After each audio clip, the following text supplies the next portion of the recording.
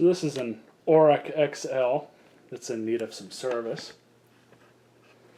Just has a single speed switch on it, and it's got the cord that plugs into the bottom of the handle. Not really the best design that Oreck's had, but that's what this one has on it. So this one right off the bat, it has a back handle that needs to be tightened down, these two screws, pretty simple.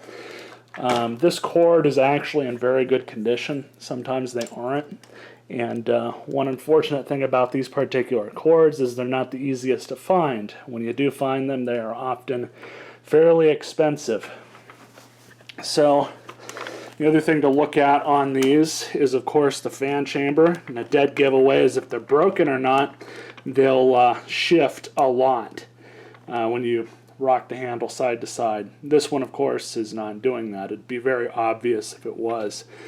That is a very common point where they do break, and this is an XL 9100 HG. According to the serial number, let's see here, where is it? 97224. The first two are the year it was manufactured, so it was 1997.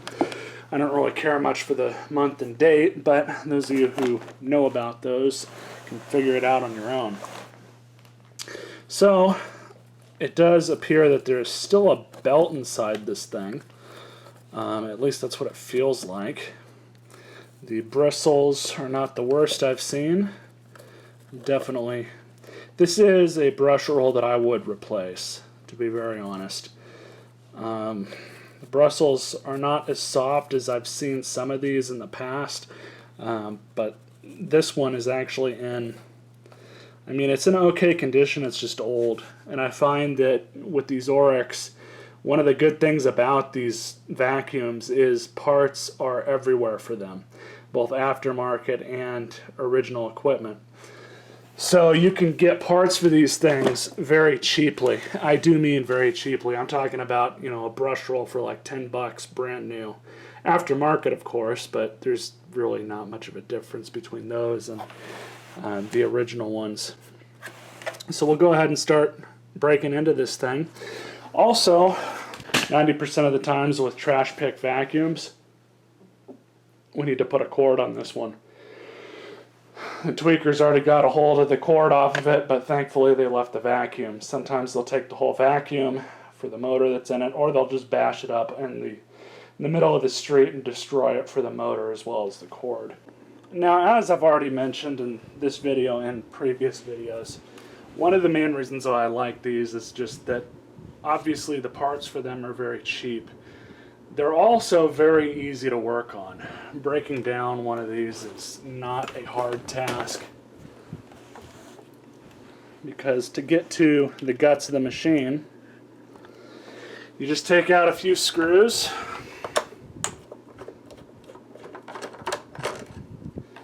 and you'll get the bottom sole plate off. I don't know why exactly this thing was thrown away. I don't know if they just threw it away because it was old and they wanted something else, or if it's got something wrong with it, like a bad motor maybe. I have no idea. I will say that out of all of the vacuums that I've trash picked, which at this point over the past few years is probably somewhere around 100, including of course the ones that I've scrapped or just, you know, gotten rid of after the fact.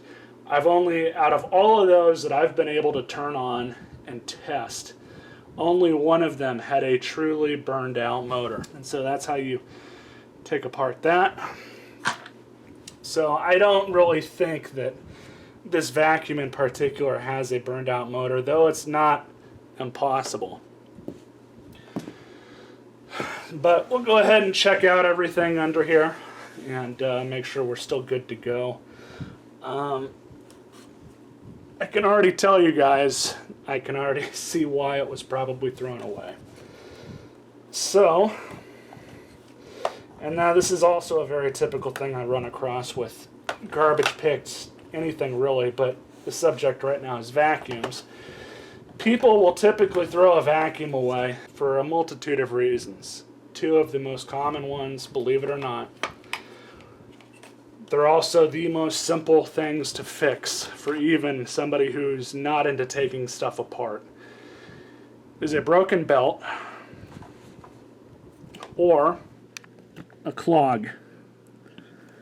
And all too often, that is what kills, or at least dooms, a vacuum to the curb or into a trash can, are those two simple things. I don't know if it's just consumer laziness or consumer ignorance, but typically both go hand in hand as far as I can tell. And it's kind of unfortunate, but guys like me can get a hold of this stuff and make it run like new again. So it's not really a total loss. Of course, if you have a clog on one of these right here, your big worry is going to be the motor and the impeller. Obviously, I'd rather have a broken fan or impeller than I would a burned out motor. But if they were running this thing with this clog in it, it's not getting the airflow it needs to cool the motor. They could very easily burn out a motor that way. So we'll go ahead and clean up all of this stuff. What I'm going to do here, just for the sake of the video, we're going to go ahead and pull off this intake. And sometimes these can be kind of tricky to get off. But typically, if you're a little careful, you can kind of work them off pretty easily. And here we have a better view of what's wrong with this vacuum. So it looks like they sucked up a piece of cardboard from some sort of small box or something. And so now we'll check out the impeller. And right now I'm already seeing good signs. I think the fan is perfectly fine. The fan likely wouldn't have been bothered or messed up by that little piece of cardboard. But anything else that's hard, like a bolt or a rock or a coin, will destroy these fans. It will just destroy them. So this one's okay. I'm not worried about it. I'm going to go ahead and clean out the whole inside of this machine and vacuum out all the dust and debris. I'm going to clean this out as well, and then we'll throw this back in the machine. Alright, so to spare you guys the boredom, I cleaned out the whole inside of the machine. I also already took apart and cleaned up the brush roll. I have not lubed it yet, but I want to show you guys. This thing is in really good condition. I have not lubed this thing, and there's no bearing noise. It spins very freely. So I think this is going to be a good brush roll. How to break down an Oreck brush roll. You'll see right here on the belt pulley. You just unscrew it. It is reverse threaded. Set that there, and then you can pop the end cap off. And you can do this for the other side as well. And here you have the inner bearings of the brush roll. Now these are, well, that one's a little noisy. This one sounds a lot better. But we'll go ahead and do a quick and dirty lube on these. These are sealed bearings, so they're not really meant to be lubed. And by sealed, I don't mean that they're 100% sealed from contaminants. You can still kind of lube them. And how I've been able to do this over the years on really any sort of sealed bearing is just dab a little bit of oil on top of the bearing, and then gradually it'll work its way into it. And you'll hear it with this other one here. It's making this noise. That noise will kind of quiet down, if not completely go away. But you just want to rotate it. It's already quieted down quite a bit. It's not going to be perfect. Once the bearing starts making noise, there's really no coming back from that. So we'll go ahead and put the brush roll back together now. I probably will end up changing this in the future if I keep this vacuum, but I probably won't be keeping it. Just because this is, right now, this is like one of 4 Orecks that I own. So there's not really much of a sense in keeping it. Even though I do really like Orecks. and we'll just spin it around a little bit.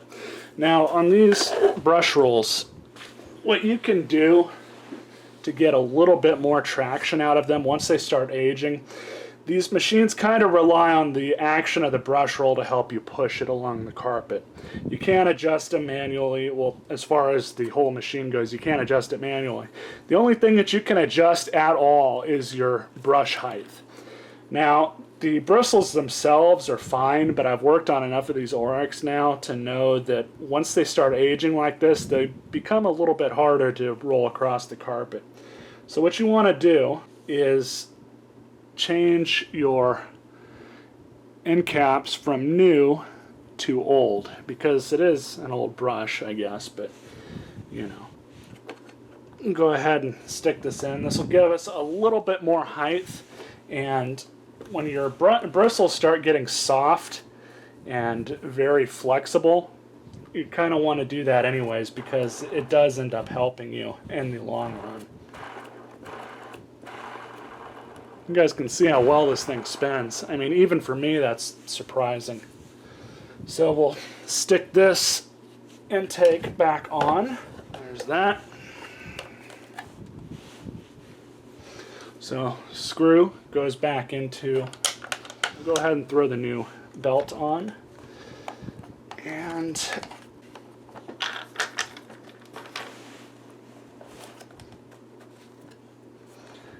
that's all you do to stick a belt back on. That's it. So you just rotate it around a few times and we're good to go. So I'm going to stick the sole plate back on. Actually, I forgot to vacuum the bottom of it, so we'll go ahead and do that. That's good enough for me. So we'll fit the sole plate back on, throw the screws back in, tighten them down, and then I'll meet you guys at the handle.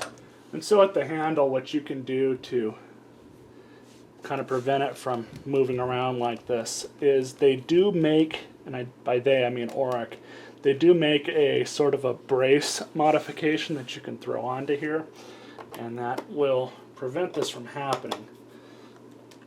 But for the time being, because it's not cracked and damaged yet, you can just tighten down the screws and that'll help it a bit.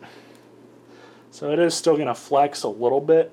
You're not going to get rid of all of that, but I think for our purposes we'll be fine. So now on to the best part of this video, and that is changing a cord out on one of these handles. Now these are not, I don't want to say these are the most easiest cord to change out, but they're definitely not the hardest. What I like to do is I use scrapped vacuum cords that I cut off on my own, because the vacuums themselves either weren't fixing or they were just, you know, weren't worth anything. And what I'll typically do is reuse the cords, because that's an easy, you know, $20 you don't have to spend by replacing a cord. And you can get new cords off of Amazon and the like, but you know, if you have access to cords from scrapped vacuums, might as well take that offer. So I like using these automatic crimpers because I'm lazy when it comes to wiring, and you can always change up how much wire you want coming out. So I'm just going to kind of pre-twist the copper. I'm probably going to end up shortening the strands a little bit, and you'll see why. So here we are at the cord. How to take one of these handles off. You just take out 4 screws. Sometimes there's 5. Pull the whole thing off. Comes off very easily. This is the old brace, I guess you can say, for the old cord. Just went in there like this and then kind of hung out the ass end. That's useless.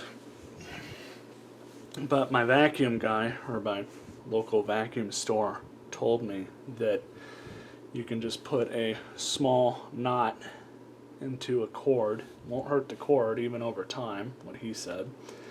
and just put it in like this, and that'll keep it nice and safe. So before we get too far ahead of ourselves, we're going to go ahead and finish up this crimp job, which is pretty easy to do. And I'll say this too, you know, I've tried I don't know how many of these kind of pliers that will crimp butt splices and stuff like that, and by far these pliers I got from Harbor Freight, not only were they the cheapest, but they're the best ones I've ever messed with. And I think they're a direct copy of the Klein pliers at, like, you know, a tenth of the price. I think I paid like $5 or $6 for these, but they're just outstanding pliers. Absolutely love them. They've got 2 different ways you can crimp, and then obviously you can cut wiring with it too. And they just work great. For stuff like this, they're perfect. I've used these a lot. In fact, that's not the only pair I own. I think I own a couple more of them somewhere around. And it should go without saying, but you match up black to black, white to white, and you'll be good to go. So in order to give us a little bit more slack when we reinstall this, or at least take some slack out, this is sometimes the most aggravating part of messing with the Orac cord, is they are not really the easiest to mess with after you replace them. But how it is right now, we should be okay. So when you put the handle back on, you obviously want to make sure that this isn't cocked or anything, the bottom part of the handle, because that can impact how you finish this job. And just kind of make sure. It is a little aggravating, well, I'll let you guys know that much, but it's not impossible to do this.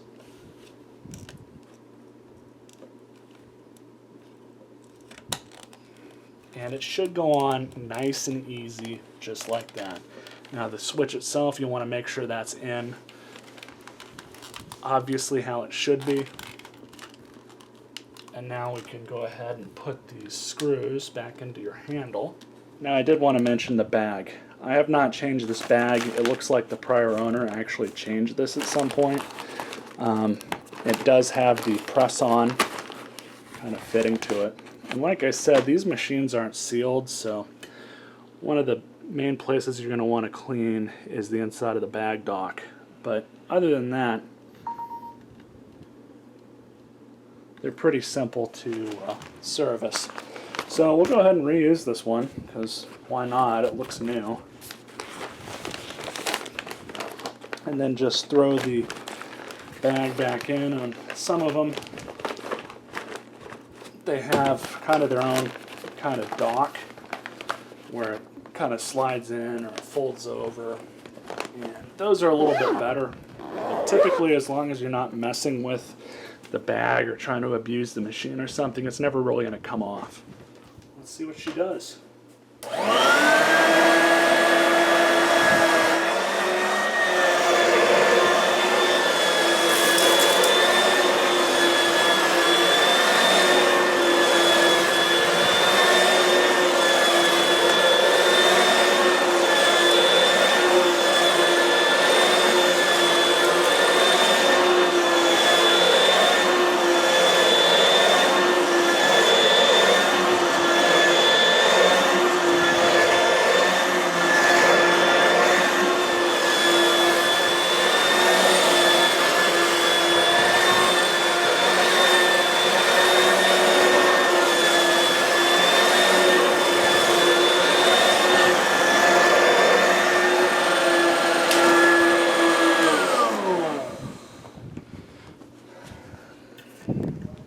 Sounds good.